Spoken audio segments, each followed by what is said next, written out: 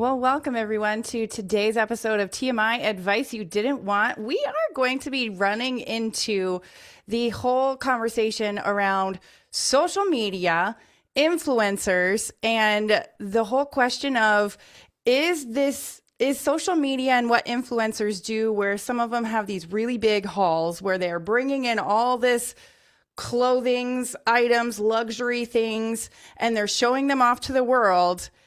Is this actually detrimental for kids or even adults as we're watching this? And I really think that this is an important conversation to have because we're probably going to say stuff that might ruffle some feathers and you might not expect it, honestly. So in case we haven't met, my name is Karen. And my name is Ashley. And I know we've had this conversation before, kind of in a line with like, are we living a version of the Hunger Games kind of thing? And I think it's really interesting because it really comes down to like how we socially view money as well. Like that's a Yep. big part of it. And the moral aspect of it and like what's right or wrong. And at the end of the day, like I do believe that there's elites oppressing us, very much so. But we put our money where we want it and we play the game. And we don't have to play the game, but if we're playing the game, like if you're watching the Kardashians, like if you're watching that stuff, whether it's on TikTok or YouTube or your TV, you're contributing to that, whether you agree with it or not, Mhm. right? So there's that big aspect, like going to the movies, like all those things. Like we are consumers, and the biggest way that we can decide where, like what happens is by how we spend our money. Mhm. So we're going to dive into is it actually moral or not in our opinion, but regardless of our opinion, if you think it's immoral, stop watching, Stop stop watching it. buying shit, Yeah. stop going to Sephora, Mhm. all the things. Exactly. Like that's the thing. Like if you have a problem with it, then stop putting your energy into it because what we put our energy into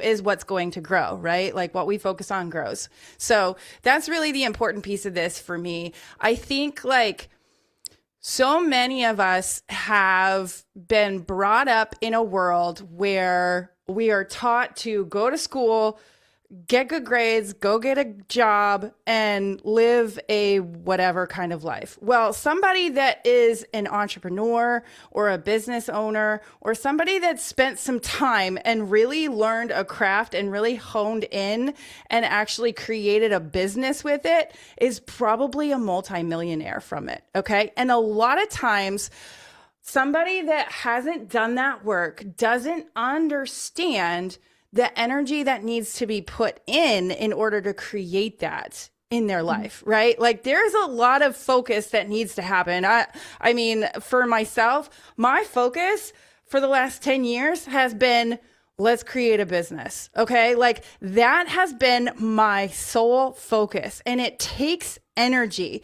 And somebody that doesn't want that, there's nothing wrong with that. I don't care if somebody wants to go to a job for the rest of their life. It's just not for me, right? So, but what happens is you create a huge amount of wealth, and then people that haven't done that will look at you and go, oh, it must be nice. Yeah, but you Mhm. don't know what the work and the time and the energy that was put in order to create that, right? So the person that I had been like there's a lot of people that do this, right? But there's one that keeps coming up again and again on my TikTok feed, and it's Michaela Noguera. She's the makeup artist. Like she I think she has such a big heart, if I'm being honest with you, because of things that I've seen her do. I think that she has a really big heart and wants to give back to people. She does that consistently on her feed, and I don't see a lot of influencers do that. But she is one that will still show products that she went and she bought from Prada or UGG or whatever. I don't care, like whatever luxury brand you want to put in there. She's going to show those things. But as you said, like we have the choice. If we have a problem with that or a problem with her, we have a choice to keep watching her, Mhm. or we can tune out and say, okay, that's not for me.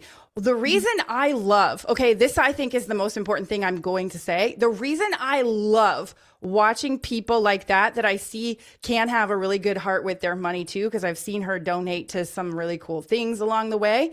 But regardless, like, the thing that I love is watching somebody like that that's created something like that where she came from nothing and going, she did it, I can do it too. Instead of, oh, it must be nice. So the whole thought process needs to shift, in my opinion. I think that when we look at somebody that is rich and famous or just rich and we go, oh, it must be nice, we've completely disregarded that it's possible for us. We've taken out all possibility for us and we just go, oh, it must be nice that they've been handed a silver spoon. Not always. A lot of these people on social media that are influencers were not handed a silver spoon. I know because I've been on social media for a very long time. Now, there are people that have grown really quickly, and I would say she's one that has grown really quickly for in a matter of 5 years to have the platform that she does. She has grown really quickly, but regardless, she still had to put in time and energy and shows up very consistently in order to create that for herself. So I look at people like that and I go, damn, if she could do it, I can do it. Right? Like that, I think, is the thought shift that needs to happen. I personally will look constantly at houses that are out of my price range because I'm literally going, oh, that feels really good to experience that in my thoughts. Right? Yeah. I'm literally going, oh, that feels good. Or sometimes just going, looking at different cars that you're like, ooh, that would be cool to experience that. Right? You're doing that because you want to create that thought in your brain, the possibility in your brain of actually having it in your life. Right? If you enter into this place of, oh my God, it must be nice, or oh, that will never happen for me, guess what? It will never happen for you. Period. Mm-hmm. End of story. So the question when we're watching people that have money, whether we're watching the Kardashians, Michaela Noguera, or we're watching, I don't care who you're watching, put in anybody in there. Are you watching them and going, oh my God, that person is a piece of shit for showing me what they've created in their life? Or are you going, wow, if they can do it, I can totally do it because they're a normal person just like I am. It's a totally different mindset shift.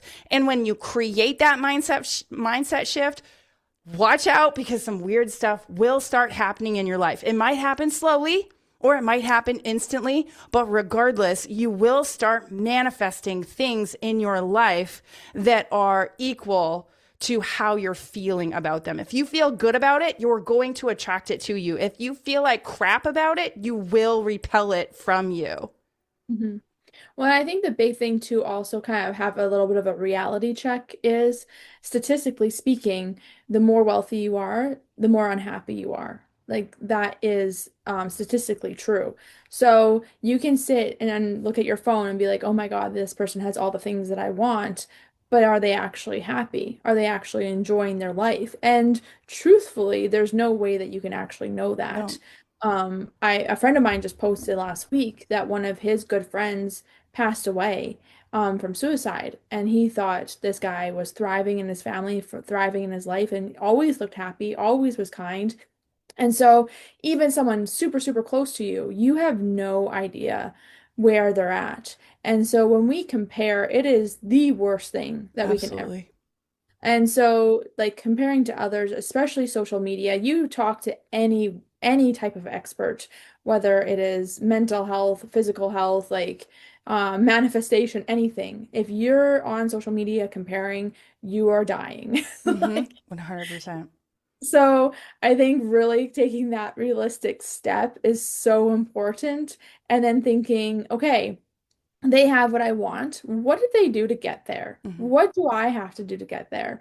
Like, what kind of work did they put into it? What kind of energy did they put into it? How did they feel? Like all those kind of things. And you look at a lot of celebrities when they tell their story, and whether they know it or not, they were manifesting. Mm-hmm. Um, I watched a thing on, I think I can't remember which one it is.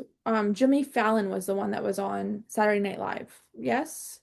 Because I know it's on Yes. the Jimmy Fallon, and I don't know. I like don't everyone fucking know. in the Don't world ask really me. is confused. So whatever Jimmy was Saturday Night Live, we've said before we don't know celebrities that well.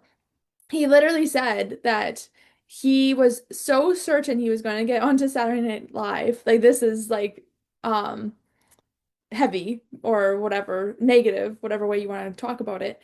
He was so certain he was going to be on Saturday Night Live. Like he didn't believe it, he knew it, that if he wasn't on Saturday Night Live by the time he was 25, he was killing himself. Like it's a little extreme. And so, like I said, it's not positive, it wasn't like a positive thing. And sure enough, he was on Night Live when he was 23. So he is alive. He is But alive. and that's where we talk about often too. It's not about positive, negative feelings. Like, it's not about brainwashing yourself to be more positive. Like, there's a lot of brain research that positivity is going to make you more healthy and all that kind of stuff. But at the end of the day, you manifest what you know. You manifest what you believe and you manifest how you behave. And so he behaved in a way that he was certain that he would not like live past 25 because or that he would live past 25 because he was going to be on Saturday Night Live. Like when he was interviewed, he was like, "Well, like what was your plan like if you didn't?" He's like, "Well, I was gonna kill myself, but I knew that wasn't even an option because I was going to be on that show." And we've talked about Jim Carrey before, and we've talked about Taylor Swift before. And I really believe the common denominator between all of them is they just knew. They knew it was in them to be that. And that is really so important, is figuring out what is in you to do.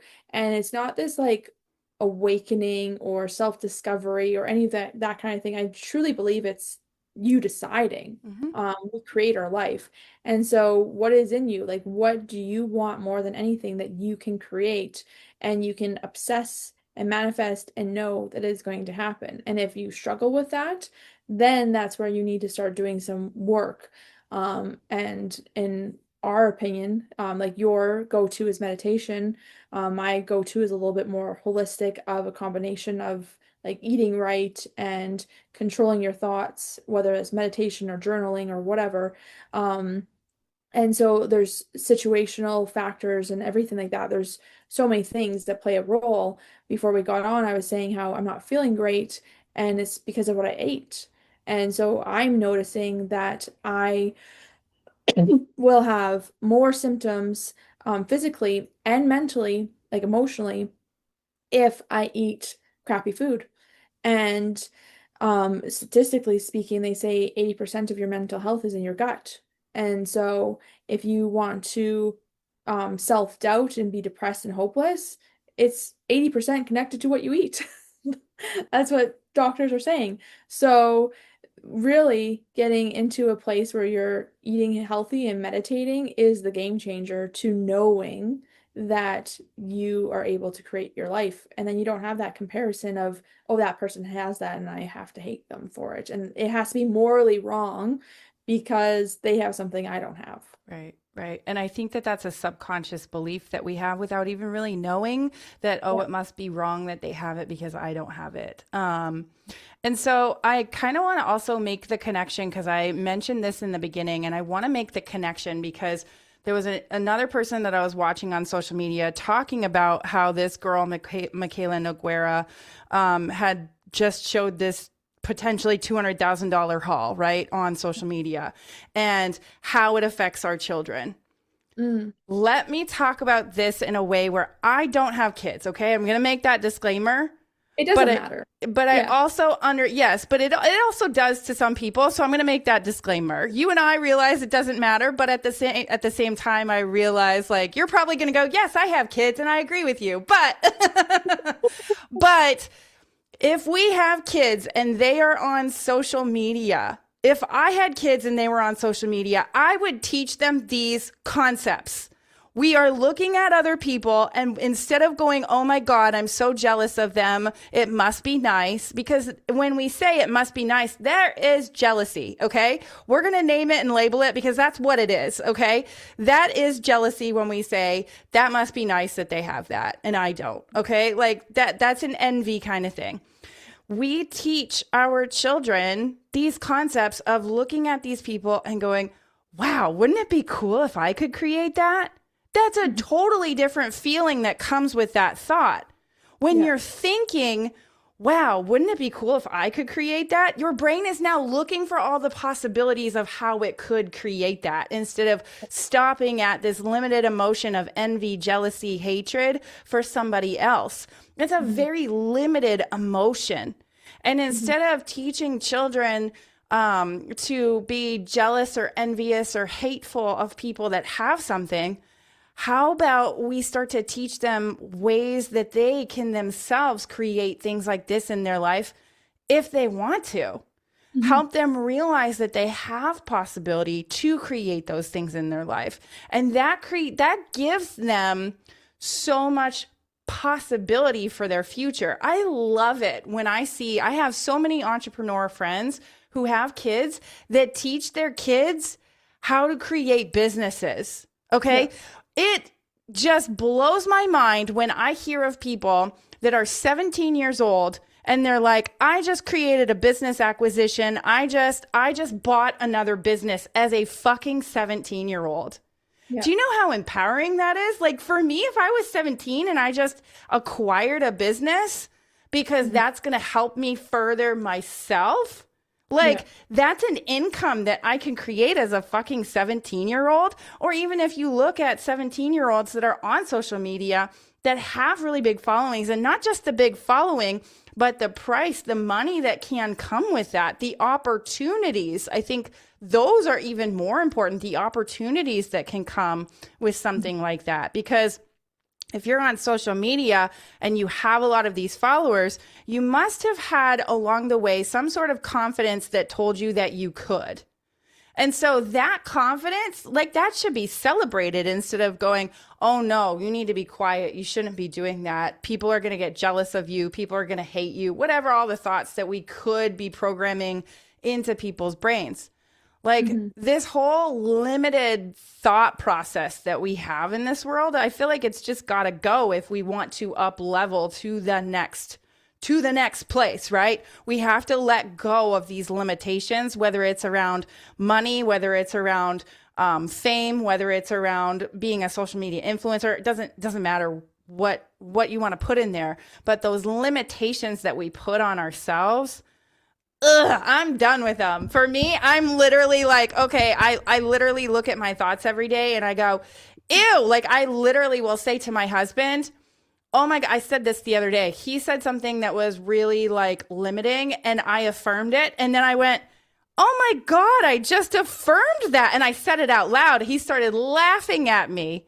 He was like, oh yeah, that wasn't good. We don't need to think like that. But like we do that for each other too, where it's like, oh wait, we just affirmed something that does not need to be a part of our life. And I don't even remember what it was. It was really silly, whatever it was. Like it was a silly limitation, but regardless, it was a fucking limitation. And I'm done with limitations. I want Yeah. to say sky's the limit for myself, no matter what it is. I'm so done with the world and myself telling me what I can and cannot do. Yeah. Well, and I think there's another side step to that one too, and it's a little less in the manifestation area, but still like it affects your manifestation. And that is if you truly care about social media and who's on it affecting your kids, they wouldn't be on it. Yeah. Like really, like it's not about who they're watching, it's just that they're watching. Like that alone is fucking their brain and their hippocampus and everything. Like it Mm-hmm. is so bad for your brain.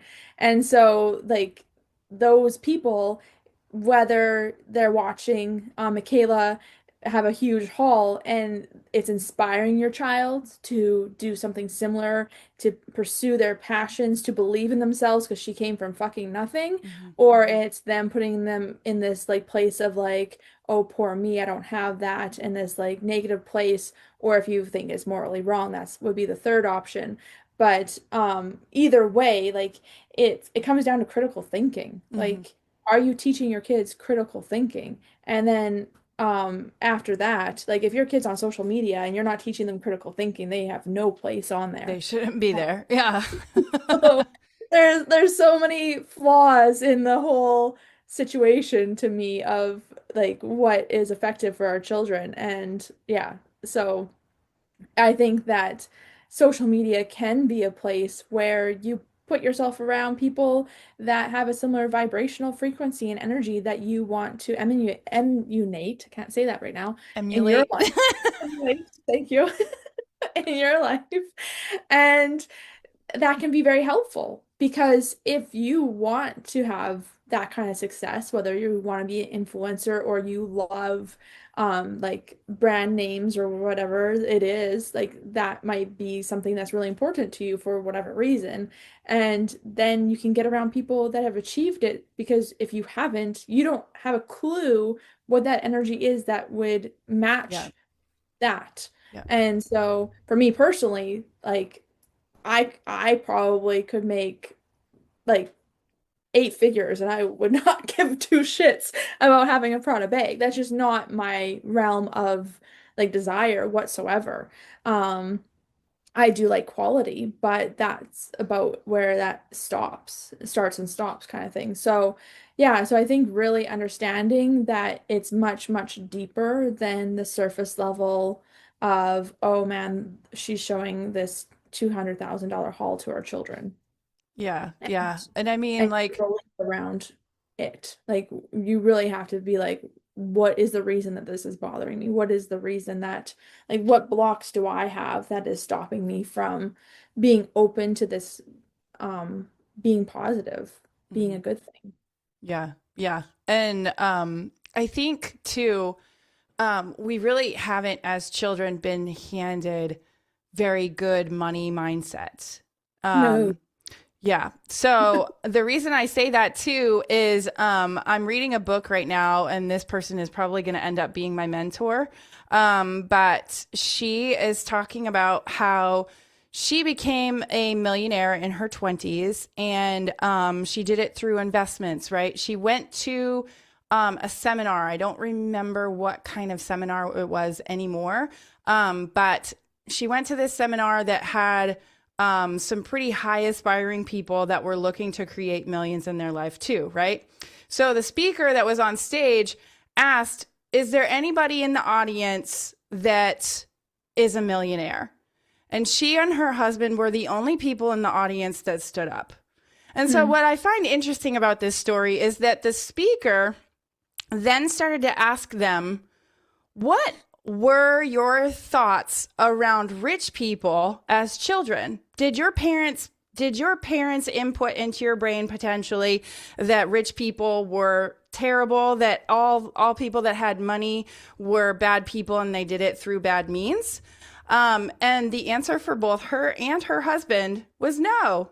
Well, I didn't have any of that as a child. They were basically both like, I had no idea that that was a thing. Like, Yeah. and so the person that was on stage was like, so what's interesting is every time I ask that question and people that are in the audience that stand up that are millionaires have the exact same answer. No, they didn't have any negativity towards rich people, towards money, towards somebody that has money. They didn't have that negativity. Whereas a lot of us I grew up in a freaking religious world where money was the root of all evil. And then people would be like, oh, it's not money, actually. And they would be like, oh, no, wait a minute. It's not money. But the end product of all of that was money is the root of all evil. And it was like, that was a deep ingrained thing in the back of my head. It was a subconscious thing that I had to weed out. I weeded that one out pretty quickly, but still had to weed it out. That was still in there. It was still something that there was a belief system that was very deeply ingrained since I was a child, right? So I had to ask myself, do people with money, are they bad? No, the answer is of course they're not bad. They don't have to do something bad in order to acquire lots of money, right? Yeah. But that's something that a lot of people will look at somebody that has money and say, oh, they must have done it through unnatural means, or even the thought, oh, it must be nice. Hmm. There is a jealousy piece there, right? But the limited emotion of looking at somebody and going, oh my God, like they must be a bad person because they created that. I mean, you've just literally demonized money and having money. And it Yeah. doesn't have to be like that. Yeah, I think it's also important to say, like, your family had money and you still were raised that money is bad, Mm-hmm. you know? Like, and I think that can be confusing for some people because they had a family with money, but then they also had the religious beliefs, and it's hard to put two and two together because you probably growing up weren't like, oh, we have lots of money. Like, that wasn't a thought process that went through your head. Yeah. And so all you heard is money is bad. And you never looked at it, but I do have money to like critically think like that. And for me, like my parents, I grew up with them having no money, and then they became very wealthy into my teenage years. And so that was never a thought that I had either, was that money was bad or any of that kind of stuff. And I always saw myself as someone that was going to be very wealthy. Um, but as I entered into adult relationships, and long-term relationships, every single person that I was with had that stereotype of either money is evil or people with money is evil. And so it was like this weird thing where I had to like kind of combat them in our relationship. And then with my partner today, he has always wanted to have money, never had that like rich people are evil. He was raised that rich people were evil, but he never had that belief system. But he had the belief system that it is going to kill me to be rich. Like I am going to have to work my face off for that to be possible. Yeah. So, one thing that I will say is that even if he didn't have the belief system that rich people are evil, his parents did. And as children, this is how we get programmed really even without really even meaning to be programmed. But as children, we are in these lower level brain waves that basically like anything that comes in before the age of 6, it comes in without us. We just completely accept, believe, surrender to that information, and it becomes a part of us innately without us even really knowing, right? Because our brainwave state is so suggestive. Okay. So by the time we hit, I believe it's the age of 8, we start between 6 and 8, we start getting into more beta brainwaves, which is more of an analytical brainwave where we can now go, wait a minute, I can actually have some thought around this and go, I don't know if I believe that or not. But before that, we're literally in a dreamy state. So anything that happens between 0 and 2, we're in this theta brainwave state. And literally anything that comes at us is going into us. Okay. So regardless of if we have that belief, it's still an unconscious thought that could be in the back of our brain that we have to weed out. And this is where I found myself with the whole money is evil in the religious sense, because I don't personally believe that my parents thought that money was evil or people with money were evil, but there was still that underlying program that was running for, I would believe, for them as well, that I accepted into myself and had to really weed this out. And there's still pieces that I have to continue to weed out. I think because money is such a I don't want to say important because it's really not important, but we make it important. It's a man-made important topic. We put so much energy on it, and because of that, it can really fuck up a lot of us without us even really consciously knowing it. It's this unconscious program that's going on in the back of our heads for a long time until we start actually weeding it out. Yeah, our society puts so much importance on it. Like that's how Mm-hmm. our world is run. And that's one of the hardest things about like how I said like put your money where your like beliefs are. There is a certain limitation to that where we are living in a society where the government controls us. And there is limits to how much we are capable of doing that. And money is one of those things. Like it's very hard because like the IRS will come for you, kind of thing. So, but there still is the control that we do have within that realm. And yeah, we all have different programming. Like for my parents, it was a scarcity thing. They didn't have very much money, so they held on really tight. And then they had lots of money, so they held on really tight. And so like for me, I hold on really tight. And then that is scarcity, Mm-hmm. right? There's no abundance 100%. if you're holding on really tight. And money wants to work, just like your team. Like if you have believe in like spiritual helpers, like they want to help you and work with you, and you'll have a bigger team if you're working with more people. You'll have more money if you're putting your money to work. It's called investments. Like there's so many different things. Like if you're holding on to things, you usually lose it. It's like the relationship status. Like if you love them, let them go. Like you can't squeeze things to death.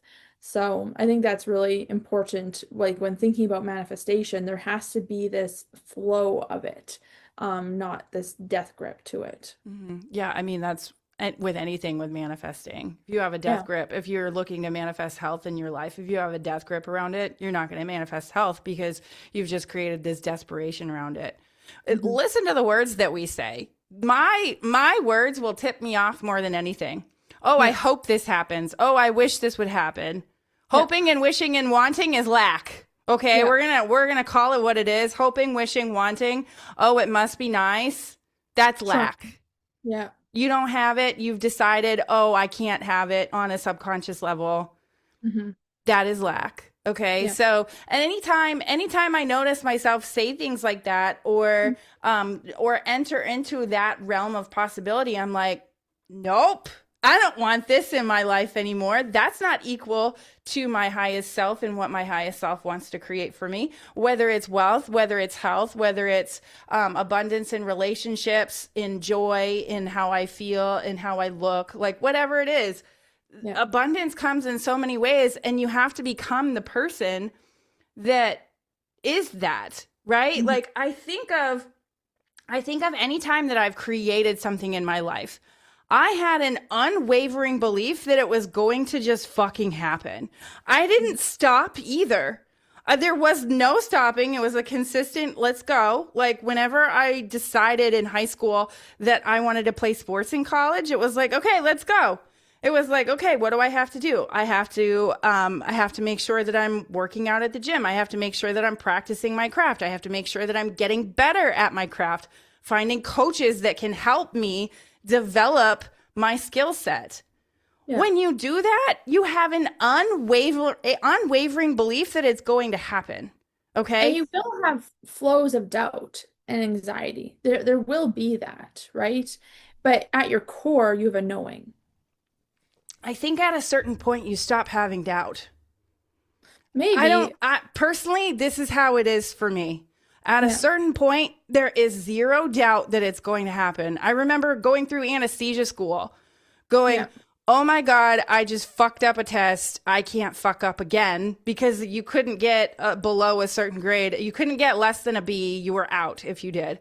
And I fucked up a test because I fucked up. Like I didn't know exactly. I didn't study the right thing, basically. Because in anesthesia school, they don't tell you what to focus on. You have like this whole textbook and good fucking luck. Enjoy yourself, figure it out kind of thing. And I Yeah. never went to tutoring ever because I never had to until Yeah. that test where I realized, wait a minute, the tutors are actually telling us what we need to focus on. I need to do that. Yeah. Whenever I had that fuck up with the test, I did not go, oh shit, I'm going to fail out. I went, what do I need to do in order to not fail out? What does that person do that doesn't fail out of anesthesia school? They do the things that they know are going to get them there. I did not have a doubt, maybe for a hot second, maybe, but literally the next test, I think I got a 98 on. So it was like I blew it out of the water. It was like I didn't have doubts at that point. It was like, no, this is happening. It was an unwavering, this is fucking happening. That's how I feel about anything I do on social media these days. This is fucking happening. I don't even care how long it takes. It doesn't fucking matter. I don't have doubts about it like I used to. I used to go, oh my God, am I ever going to figure this out? Oh my God, hello, sat and lacked so long with it until I finally went, nah, that's stupid. You get to a point, in my opinion, when you just know you're going to fucking create it. And watch out when you get there, because it might not happen immediately, or it could happen immediately that it's like, oh, you're running straight into it. And I can't tell you the opportunities that have started coming my way. I'm going to be working with some really cool people. I already am working with some cool people that are helping me to build my wealth as we speak, right? Like I'm literally finding or they're finding me, I'm finding them. I don't care, however you want to look at it, because I literally said, I know, and I know without a shadow of a doubt that this is happening. I have become that person that draws it to me.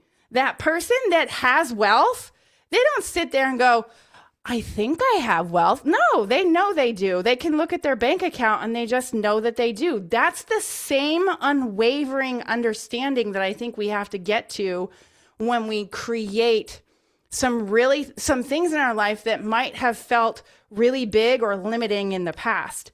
When we step into that place, that's when the magic happens, because we literally have become the person we believe, we behave, we become. Okay. So we believe that it's possible. We then have to behave as that person who is, and then we become that person.